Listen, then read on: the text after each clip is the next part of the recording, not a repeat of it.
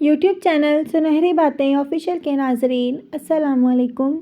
ناظرین، آج کی اس ویڈیو کے اندر ہم استغفار پڑھنے کے فائدے بتائیں گے۔ اس سے آپ کو اس بات کا پتہ چلے گا کہ استغفار کرنا کتنا بڑا عمل ہے اور اس کے کتنے بے شمار فائدے ہیں، اور مجھے امید ہے کہ ان فائدوں کو سننے کے بعد، ان کے فضائل کو سننے کے بعد آپ ضرور کوشش کریں گے کہ آپ زیادہ سے زیادہ استغفار کریں۔ سب سے پہلے تو یہ جان لیجئے کہ استغفار کہتے کسے ہیں۔ استغفار کہتے ہیں اللہ تعالیٰ سے اپنے گناہوں کی بخشش چاہنا، اللہ تعالیٰ سے اپنے گناہوں کی معافی مانگنا، اس کو استغفار کہتے ہیں۔ تو ویڈیو میں آگے بڑھنے سے قبل ایک مرتبہ استغفار پڑھ لیں اور ہمارے چینل سنہری باتیں آفیشیل کو سبسکرائب کر دیں۔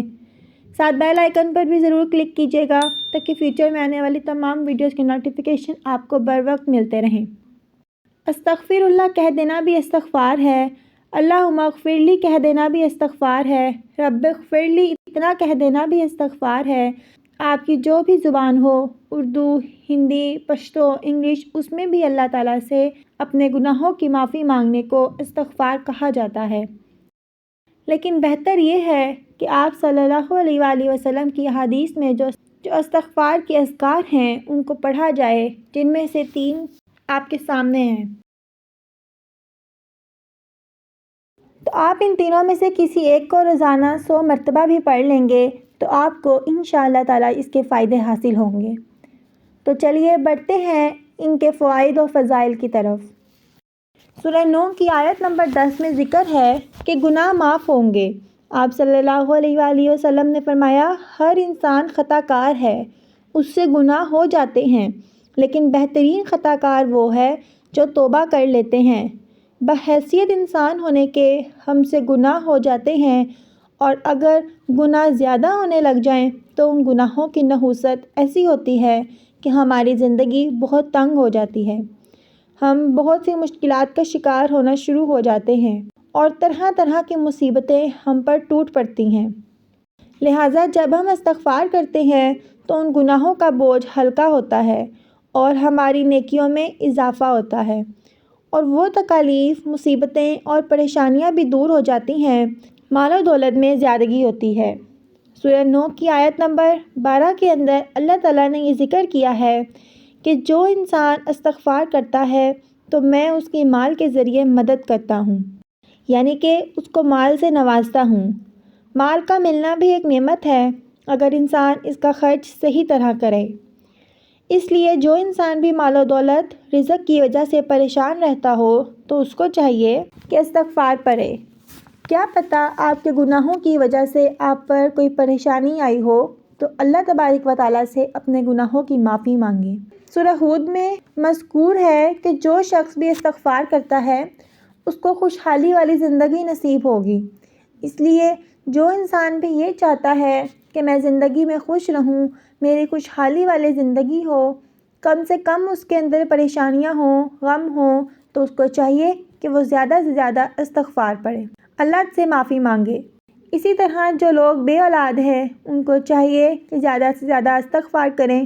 جو شخص استغفار کرتا ہے وہ بیماریوں سے بھی بچا رہتا ہے، اس کو طاقت اور قوت ملتی ہے اور وہ صحت مند زندگی گزارتا ہے۔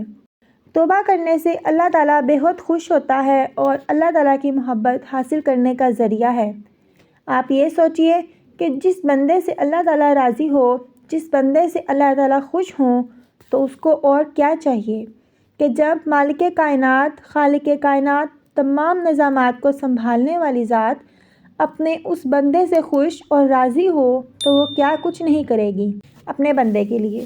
لہٰذا اللہ کو خوش رکھنا چاہتے ہیں تو اس کے لیے استغفار کریں۔ توبہ اور استغفار جنت میں داخلے اور جہنم سے نجات کا بھی سبب ہے۔ سورہ مریم کی آیت کے اندر یہ ذکر ہے کہ جو لوگ بھی اپنے گناہوں کی معافی اللہ تبارک و تعالیٰ سے مانگتے رہتے ہیں، توبہ اور استغفار کرتے رہتے ہیں تو جنت میں داخل ہوں گے اور جہنم کے عذاب سے بچا لیے جائیں گے۔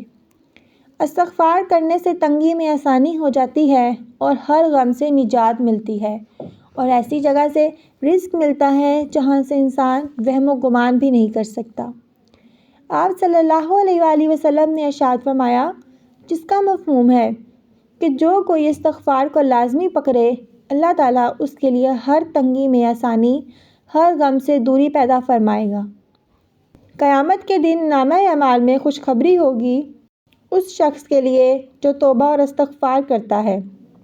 آپ صلی اللہ علیہ وآلہ وسلم نے ارشاد فرمایا، مبارک باد ہے اس شخص کے لیے جس کے نامہ اعمال میں استغفار زیادہ ہو، یعنی جو انسان بھی زیادہ استغفار کرنے والا ہے تو قیامت کے دن جب وہ اپنا نامہ اعمال دیکھے گا تو اس کو دیکھ کر وہ خوش ہو جائے گا کہ کئی ایسے گناہ ہیں جو میں نے کیے تھے لیکن وہ توبہ اور استغفار کی برکت سے ختم ہو گئے اور نامہ اعمال میں نہیں لکھے ہوئے۔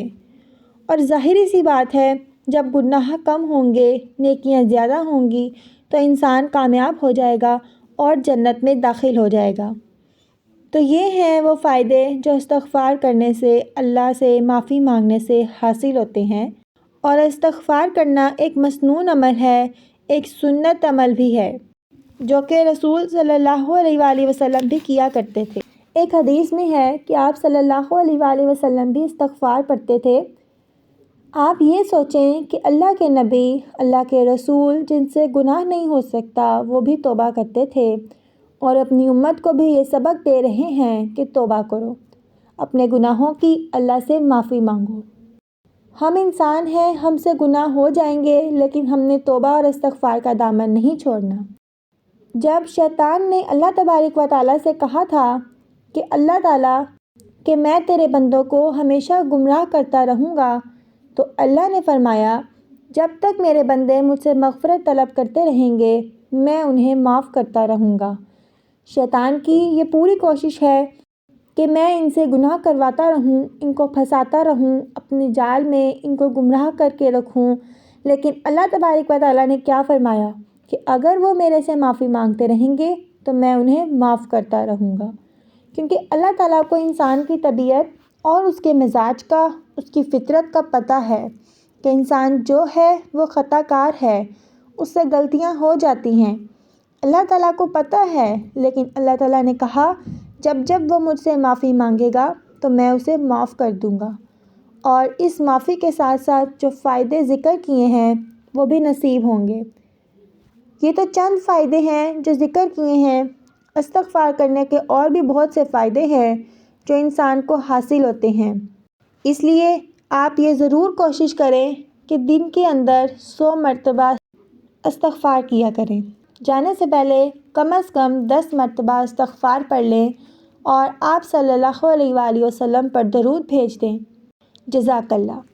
امید کرتے ہیں کہ آپ کو ہماری آج کی ویڈیو اچھی لگی ہوگی۔ ویڈیو اچھی لگے تو اس کو لائک کیجیے گا، ساتھ ہی ہمارے چینل سنہری باتیں آفیشیل کو سبسکرائب کر دیں، ساتھ بیل آئیکن پر ضرور کلک کیجیے گا تاکہ فیوچر میں تمام آنے والی ویڈیوز کی نوٹیفیکیشن آپ کو بر وقت ملتے رہیں۔